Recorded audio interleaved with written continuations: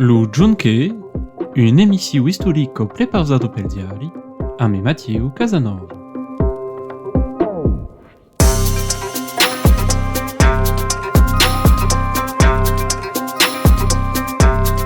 Le 14 d'octobre de 1994, lo jour che si debane la corrida della contestazione a Nîmes.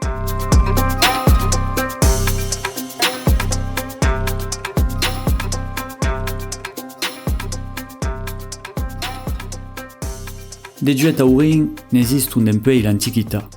En Occitanie, il n'y a pas à l'origine des traditions de mise à mort d'un taure, sont quand même des jeux comme la course landaise ou la course camarguaise, també une tauromachie mai populaire mais des courses per carrière, des combats entre taure et chien, ou bien encore la bourdine, d'un nom de la corde mais laquelle se fait passejar le taure de nos villages.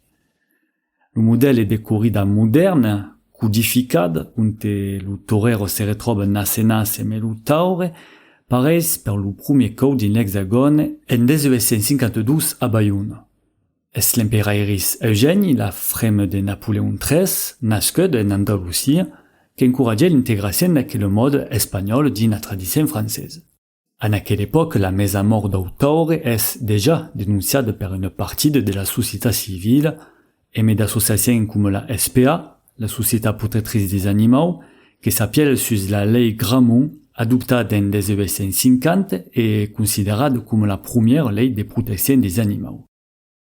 À Nîmes, une ciutat où la tradition taurine est forte, la législation cambiadisse semble pas influencer l'année de la corrida, malgré une nouvelle circulaire ministérielle, puis une arresta préfectorale qui s'adresse directement aux conseils communes.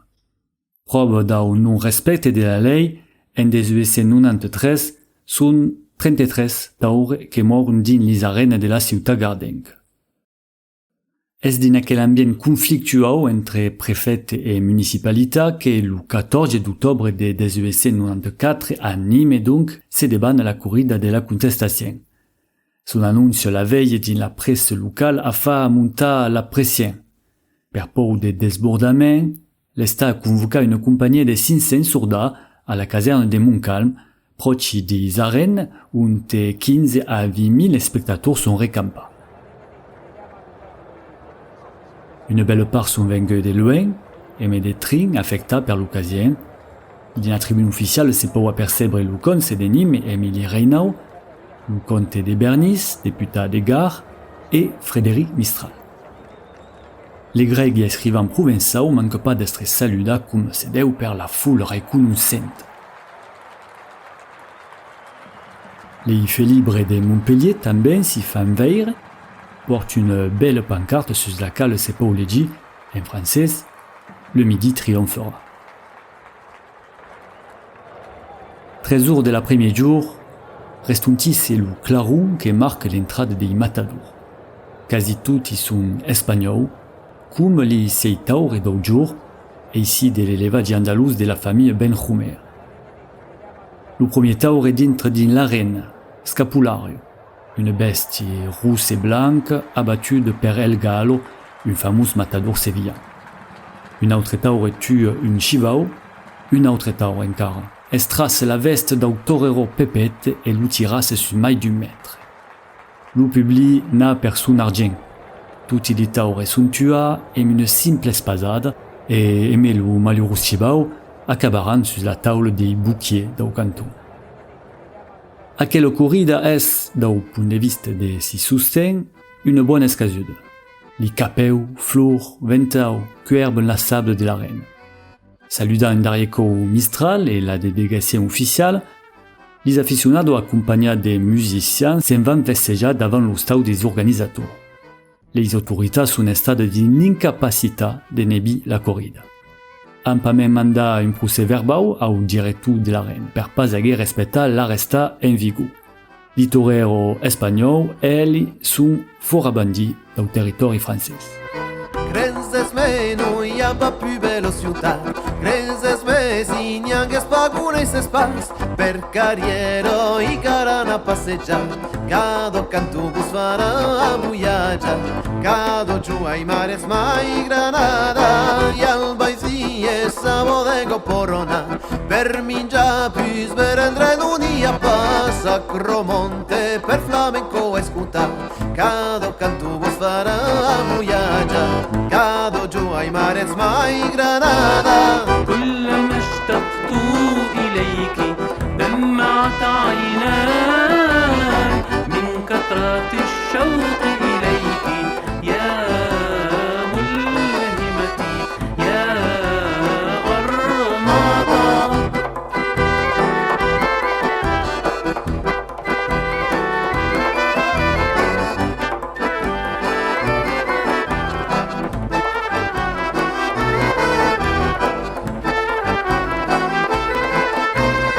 Venni de la calle alta de Cartuja, caliero de Beire de Tutocuruz y el Saidiña ha venido de Dira, cado cantubus fará muyaya, cado yo hay mares mai Granada y creces menuya pa primero ciudad, creces mesiña que es pagura y se espas per cariero y carana paseja, cado cantubus fará Aquella corrida contestataria a trespassat le castre d'au debat sus la tauromaquia. Es venguda per les defensors d'aquella pratique lo symbole de l'affirmación de la specificità meridionale. Frédéric Mistral, respondent lo quite jour de la corrida a un journaliste d'au matin, declara lo citi «M'agrada ce qu'agrada a mi compatriote et li cours agrada nan peuple d'au mi-jour». Le fondateur d'au Felibrige es en ren una fuga de corrida, ma ha compres l'interès politique de soutenir une telle manifestation. Une approche résumée dans un article du journal La Coucarde, publié 12 jours mai tard.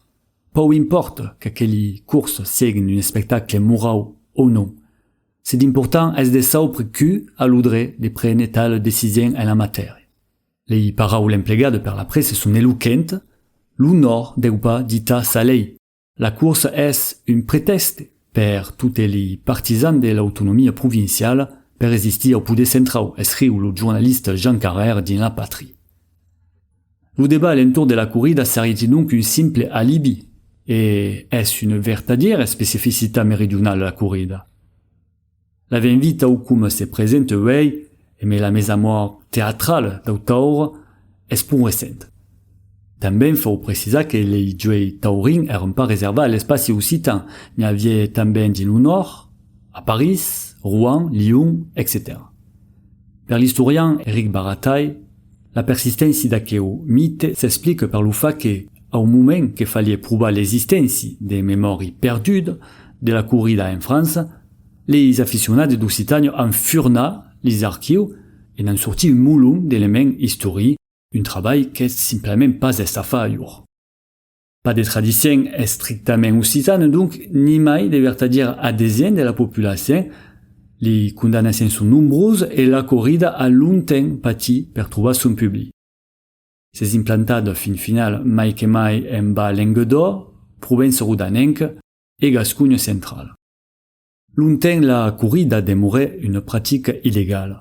Mais les appareils de la corrida pouguèrent bénéficier de la clémence de l'État un an seulement après la fameuse corrida de 1994. L'État prévoit pas que des pénalités mineures comme punition. Fins à légaliser aquella pratique en 1951 dans les régions où se débanait de continu. Une chose que, de la part de l'État, semble mai à une compromise pour garantir la paix sociale qu'à une vérité historique.